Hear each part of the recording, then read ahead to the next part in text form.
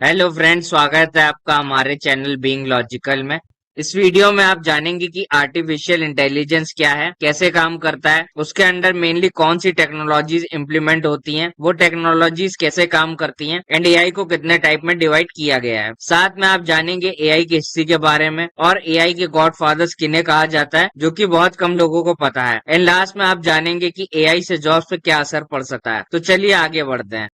Artificial word का मतलब होता है कि जो चीजें इंसान द्वारा बनाई गई हों, जैसे कि roads, buildings, internet, air conditioners, phones etcetera. In short, artificial मतलब मैन मेड थिंग्स। वही इंटेलिजेंस वर्ड का मतलब होता है सोचने, समझने और लर्न करने की क्षमता। जब हम दोनों वर्ड्स को कंबाइन कर देते हैं तो ये बन जाता है आर्टिफिशियल इंटेलिजेंस। आर्टिफिशियल वर्ड यहाँ मशीन्स को डिनोट करता है जो कि मैन मेड यानी आर्टिफिशियल होती हैं। तो हम सबसे आसान भाषा में आर्टिफिशियल इंटेलिजेंस को कह सकते हैं कि machines having human like intelligence. और अगर डिटेल में समझे तो आर्टिफिशियल इंटेलिजेंस का मतलब है कि वो मशीन्स जिनमें इंसानों जैसी सोचने, समझने, लर्न करने, प्रॉब्लम सॉल्व करने एंड डिसीजन मेकिंग की क्षमता हो। अपने इंटेलिजेंस को बढ़ाने के लिए हम लोग जैसे किताबें पढ़ते हैं, इंटरनेट से पढ़ते हैं, अपनी गलतियों से सीखते हैं, अपने एक्सपीरियंसेस से सीखते हैं एंड फिर अपनी लर्निंग्स के बेस पे एक इफेक्टिव डिसीजन लेते हैं प्रॉब्लम सॉल्व करने के लिए। वैसे ही एआई डेटा से लर्न करता है, डेटा को रिपीटेडली पढ़ पढ़ के अपने अंदर सुधार करता है एंड फिर फ्यूचर के लिए प्रेडिक्शंस बनाता है। एआई को डेवलप करने के लिए कई तरह की कंप्यूटर लैंग्वेजेस यूज करी जाती हैं, जैसे कि Python, R, Java, JavaScript, C plus plus, Julia, Lisp, Prolog etcetera. AI computer science की ब्रांच में एक बहुत ब्रॉड फील्ड है जिसके अंडर कई सारी टेक्नोलॉजीज आती हैं, पर एआई मेनली मशीन लर्निंग और डीप लर्निंग जैसी टेक्नोलॉजीज पर निर्भर करता है। मशीन लर्निंग जैसे कि नाम से ही पता चलता है कि वो मशीन्स जो लर्न करती हैं। सो मशीन्स डेटा को रिपीटेडली लर्न कर करके खुद को समय के हिसाब से इम्प्रूव करती हैं। उस डेटा में रिलेशनशिप्स एंड पैटर्न्स ढूंढती हैं एंड फिर उसके हिसाब से रिजल्ट्स देती हैं। मशीन लर्निंग में कई तरह की टेक्निक्स और एल्गोरिदम्स होते हैं, जैसे कि linear regression, logistic regression, disease trees, random forest, support vector machines के नियरेस्ट नेबर क्लस्टरिंग एक्सेट्रा। और सबसे पॉपुलर मशीन लर्निंग एल्गोरिदम है न्यूरल नेटवर्क और artificial neural network. Machines data को मेनली तीन तरीकों से लर्न करती हैं, जो कि है supervised learning, unsupervised learning and semi supervised learning. इनमें लेबल्ड और अनलेबल्ड डेटा के थ्रू मशीन्स को ट्रेन किया जाता है। चलिए एक एग्जाम्पल से समझते हैं इसे। ये एग्जाम्पल सुपरवाइज्ड लर्निंग का है। अब इस फोटो में देखिए आप, इसमें एआई मॉडल को कैट्स का लेबल्ड डेटा दिया गया है एक ऑर्गेनाइज वे में। जब एआई सिस्टम्स को ट्रेन करना था तो उनमें अलग तरह की कैट्स की इमेजेस दिखाई गई, जिनके अलग अलग face, colour, ear, nose etcetera थे। एआई सिस्टम्स को रिपीटेडली तरह तरह की कैट्स की इमेजेस दिखा के ट्रेन किया गया, जिससे वो अपने एल्गोरिदम्स की हेल्प से लर्न करके उन इमेजेस के बीच में पैटर्न्स और रिलेशनशिप्स फाइंड करती हैं। इमेजेस में पैटर्न्स और रिलेशनशिप्स ढूंढने का मतलब है इमेजेस में कैट्स के ईयर्स, नोज, कलर एक्सेट्रा जैसी चीजों को नोटिस करना, उनके बीच में रिलेशन और पैटर्न को देखना और समझना कि अच्छा ये तो कैट है। अब ये नेक्स्ट फोटो में देखिए, जब एआई सिस्टम्स ट्रेन हो गए तो उन्हें कैट्स के साथ और भी एनिमल्स की इमेजेस दिखाई गई, तो एआई सिस्टम्स ने एक्यूरेटली बता दिया कि इनमें कैट्स ये हैं। तो इस प्रोसेस को मशीन लर्निंग कहते हैं, जिसमें एआई सिस्टम्स डेटा से ट्रेन होकर एक्यूरेट प्रेडिक्शंस देते हैं। जितना ज्यादा डेटा मिलेगा, लाइक जितने ज्यादा तरह की कैट्स की इमेजेस से ट्रेन किया जाएगा मशीन्स को, तो वो उतना ज्यादा एक्यूरेट डिसीजन देंगी, जैसे हम इंसान देते हैं। अगर आपको कैट की इमेजेस दिखाएं तो बहुत रेयर चांसेस है कि आप ना पहचान पाए। वैसे ही यहाँ मशीन को डेटा से ट्रेन करने पे मशीन्स ह्यूमन लाइक प्रेडिक्शन देने में कामयाब हो जाती हैं। वही डीप लर्निंग की बात करें तो डीप लर्निंग मशीन लर्निंग का ही पार्ट है, जिसे मशीन लर्निंग का एडवांस वर्जन कह सकते हैं। मशीन लर्निंग में कुछ लिमिटेशंस हैं, जैसे कि बड़े अमाउंट का डेटा प्रोसेस होता है तो मशीन लर्निंग का परफॉर्मेंस वहां अच्छा नहीं होता है, और वही डीप लर्निंग में परफॉर्मेंस बहुत अच्छा देखने को मिलता है। डीप लर्निंग का कॉन्सेप्ट ह्यूमन ब्रेन जैसे काम करता है उससे इंस्पायर्ड है। हमारा ब्रेन स्पेशल सेल से बना होता है जिसे न्यूरॉन कहते हैं। न्यूरॉन्स नर्व सेल्स होते हैं जो कि हमारी पूरी बॉडी में सिग्नल्स भेजते हैं, जिसकी वजह से हम लोग सारे काम कर पाते हैं, सांस लेने से खाने पीने, चलने, सोचने तक। एक न्यूरॉन में दो एंड्स होते हैं, जिसमें इनपुट सिग्नल एक एंड से एंटर होता है। ये सिग्नल्स न्यूरॉन्स के अंदर साथ में जुड़ जाते हैं और दूसरे एंड को छोड़ देता है एज ए सिंगल आउटपुट। हमारे ब्रेन में बिलियंस ऑफ न्यूरॉन्स जो होते हैं वो एक दूसरे से जुड़े होते हैं, जिसे बायोलॉजिकल न्यूरल नेटवर्क कहते हैं। ऐसे ही हमारा ब्रेन इंफॉर्मेशन को प्रोसेस करता है एंड पैटर्न्स को समझता है। पहले साइंटिस्ट ने डिसाइड किया ह्यूमन न्यूरॉन्स को कॉपी करने के लिए खुद के बनाए हुए आर्टिफिशियल आर्टिफिशियल न्यूरॉन्स के सॉफ्टवेयर से, जिनमें मल्टीपल सिग्नल्स जाते हैं एज इनपुट्स, पास करते हैं neurons and combined and processed होते हैं कुछ सिंपल मैथ से एक नए सिग्नल में बाहर जाने के लिए। पर एक न्यूरॉन से ज्यादा कुछ नहीं होता है। इस आइडिया का इफेक्ट तब है जब आर्टिफिशियल न्यूरॉन्स एक दूसरे से कनेक्टेड हो साथ में, जिससे कि वो एक आर्टिफिशियल न्यूरल नेटवर्क बना पाए। इसी की मदद से कंप्यूटर रिकॉग्नाइज करते हैं इमेजेस, ड्राइव करते हैं कार्स एंड और भी चीजें। जनरेटिव एआई डीप लर्निंग का ही मॉडल है जो कि ओरिजिनल यानी नए और कॉम्प्लेक्स कंटेंट क्रिएट करता है, जैसे कि audios, images, videos etcetera. Chat GPT, Google Bard इसके कुछ एग्जांपल्स हैं।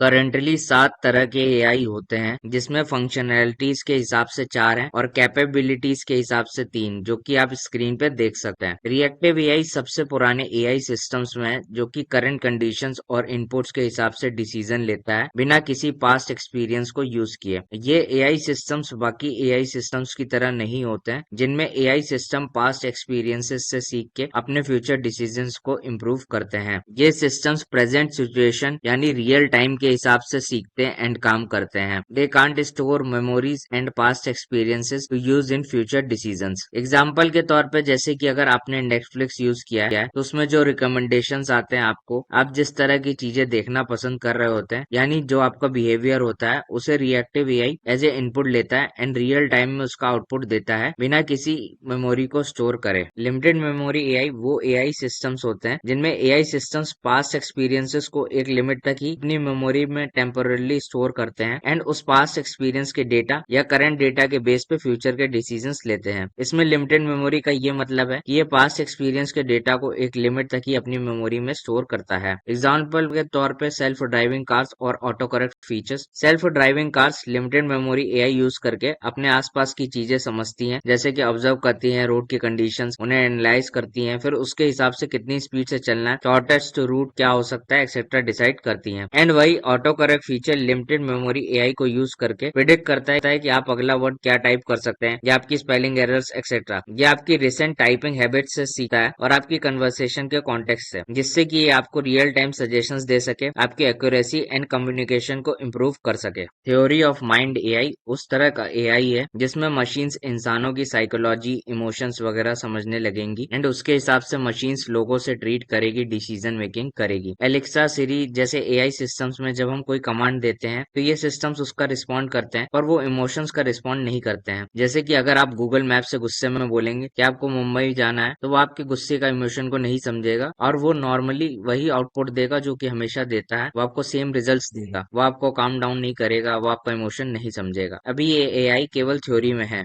सेल्फ अवेयर एआई में न केवल एआई इंसानों के इमोशन, साइकोलॉजी एक्सेट्रा को समझेगा, बल्कि अवेयर होगा खुद के एग्जिस्टेंस का, खुद की फीलिंग्स का, थॉट्स, सराउंडिंग्स एक्सेट्रा का। एग्जाम्पल के तौर पे, जब मशीन्स ऐसी हो जाएंगी तो वो आई एम हंग्री की जगह सोचेंगी I know I am hungry और I want to eat biryani because it's my favourite food. ये एआई भी केवल थ्योरी में है अभी। नैरो एआई वो एआई सिस्टम्स हैं जो कि स्पेसिफिक टास्क के लिए होते हैं, जैसे कि टेस्ला की सेल्फ ड्राइविंग कार्स। उनमें जो डेटा वगैरह फीड होता है वो कंट्री रीजन के अकॉर्डिंग प्रोग्राम करी गई है। अगर वही सेम मैन्युफैक्चर्ड कार हम इंडिया में ले आएंगे तो वो वर्क नहीं कर पाएगी, क्योंकि यहाँ की रोड्स, ड्राइविंग पैटर्न एक्सेट्रा अलग है। इस तरह के एआई सिस्टम्स सिमिलर टास्क अच्छे से परफॉर्म करने के लिए बनाए जाते हैं, जैसे कि इमेज रिकॉग्निशन, सिरी, एलेक्सा एक्सेट्रा। स्ट्रॉन्ग एआई वो एआई सिस्टम होंगे जिनमें ह्यूमंस की तरह सोचने, समझने और करने की कैपेबिलिटी होगी। फिलहाल में अभी ऐसा कोई भी सिस्टम डेवलप नहीं हुआ है। सुपर एआई वो एआई सिस्टम्स होंगे जो ह्यूमन से भी आगे निकल जाएंगे। इसका सबसे अच्छा एग्जांपल है रोबोट मूवी का रोबोट चिट्टी, जिसमें इंसानों की तरह इमोशंस भी आ जाते हैं और इंसानों से बहुत आगे होता है वो रोबोट। रियल लाइफ में अभी स्ट्रॉन्ग एआई और सुपर एआई दोनों ही थ्योरी में है केवल।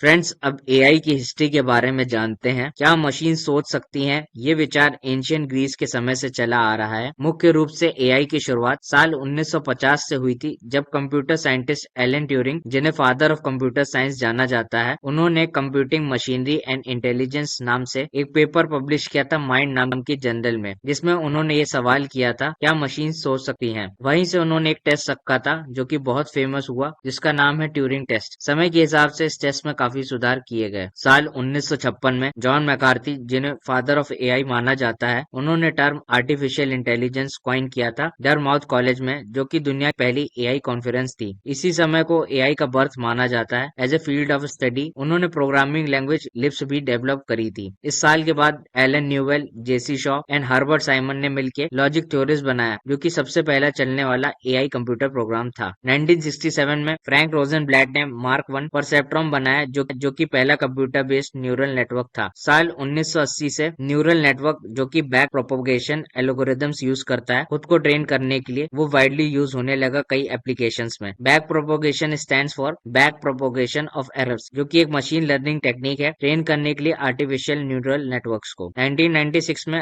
आईबीएम डीप ब्लू, जो कि एक चेस प्लेइंग कंप्यूटर सिस्टम है, उसने पहले टूर्नामेंट के पहले मैच में वर्ल्ड चैंपियन गैरी को हरा दिया था। हालांकि गैरी 4-2 से जीत गए थे, पर पहली बार ऐसा हुआ था कि वर्ल्ड लेवल के प्लेयर को किसी कंप्यूटर ने हराया था। एक साल बाद यानी 1997 में जब रीमैच हुआ, तो उसमें डीप ब्लू ने गैरी को टूर्नामेंट में डिफीट कर दिया था। 1997 से 2022 तक में कई सारे एडवांसमेंट्स आए टेक्नोलॉजी में, जैसे कि big data, data science, data analytics etcetera. 2022 में generative AI ChatGPT launch हुआ, जिसने एआई के वर्ल्ड में खलबली मचा दी। Friends, Yoshua Bengio, Geoffrey Hinton और यान लिकन, इन तीनों को एआई का गॉडफादर माना जाता है। इन तीनों ने डीप लर्निंग न्यूरल नेटवर्क की नींव रखी थी। And father of AI John McCarthy को माना जाता है। Yoshua Bengio, Geoffrey Hinton, Elon Musk, Apple के one of the co-founder Steve Wozniak, Stephen Hawkins and और भी काफी लोग हैं जिन्होंने एआई के कुछ सीवियर रिस्क को लेकर दुनिया को वार्न किया है। वही कई लोगों का कहना है कि एआई से हमें ऐसा कोई सीरियस खतरा नहीं है, जैसे कि यान लिकन, जो कि एआई के गॉडफादर माने जाते हैं, उनका कहना है कि एआई ऐसा कुछ नहीं कर सकता है जिससे हमें खतरा हो। फ्रेंड्स, अब जॉब्स के सिनेरियो की देखते हैं। एआई से जॉब्स को खतरा है भी और नहीं भी, क्योंकि एआई से बहुत सी जॉब्स क्रिएट भी होंगी एंड बहुत सी जॉब्स जाएंगी भी। दोस्तों, जब भी कोई नई प्रभावशाली टेक्नोलॉजी आती है, तो पुरानी टेक्नोलॉजी को लोग छोड़ के नई टेक्नोलॉजी अडॉप्ट करने लग जाते हैं। जैसे पहले कोडेक के कैमरा आते थे, जो कि मार्केट में बहुत चलते थे, पर जब डिजिटल फोटोग्राफी आई तो उसका मार्केट खत्म हो गया। पहले इंडसेंट फ्लोरोसेंट लाइट्स चलती थी, अब एलईडी लाइट्स चलती हैं। पहले ऑनलाइन शॉपिंग नहीं होती थी, अमेजॉन, फ्लिपकार्ट एक्सेट्रा ने लोगों का बाइंग बिहेवियर बदल दिया। बहुत सी शॉप्स बंद हो गई इन प्लेटफॉर्म्स की वजह से, तो वही बहुत से लोगों को ई कॉमर्स इंडस्ट्री में जॉब मिली। पहले सड़क पे बहुत से मैनुअल रिक्शा रिक्शा चलते थे, अब ई रिक्शा आ गए। तो जिन्होंने ई रिक्शा चलाना सीख लिया, उन्हें नई टेक्नोलॉजी से रोजगार मिला। नई टेक्नोलॉजी मार्केट में बहुत सी जॉब्स खत्म कर देती है और साथ में बहुत सी जॉब अपॉर्चुनिटीज मार्केट में क्रिएट भी कर देती है। अगर आपकी इंडस्ट्री पे, स्पेसिफिकली आपकी जॉब पे किसी नई टेक्नोलॉजी से इफेक्ट पड़ सकता है, तो आपको खुद को अपडेटेड रखना चाहिए एंड नई टेक्नोलॉजी को अडेप्ट करना चाहिए। टेक्नोलॉजीज का सबसे ज्यादा इम्पैक्ट सॉफ्टवेयर इंडस्ट्रीज पे पड़ता है। निविडिया कंपनी, जो कि चिप्स की बहुत बड़ी मैन्युफैक्चरर है वर्ल्ड की, साथ में वर्ल्ड की one of the most valuable company में से एक है। उसके one of the founder and CEO Jensen Huang का कहना है कि आपकी जॉब्स एआई नहीं लेगा, एआई को यूज करने वाला इंसान ले सकता है। सो फ्रेंड्स, इन सब बातों का कहने का मतलब ये है कि टेक्नोलॉजीज आती जाती रहती हैं, जिनके गुड इफेक्ट्स भी होते हैं एंड बैड इफेक्ट्स भी। जैसे इंटरनेट का कितना बड़ा रेवोल्यूशन आया, आज उसी की वजह से आप ये वीडियो देख पा रहे हैं। वही कई लोग इंटरनेट पे साइबर क्राइम करते हैं। मैंने एक डिटेल वीडियो बनाया है, जिसमें आप कई तरह के साइबर फ्रॉड्स के बारे में जानेंगे एंड उनसे कैसे बच सकते हैं ये भी जानेंगे, जिसका वीडियो आपकी स्क्रीन पे है और आप इस वीडियो को क्लिक करके देख सकते हैं। आई होप आप सभी लोग स्वस्थ रहें, खुश रहें। Thank you for watching.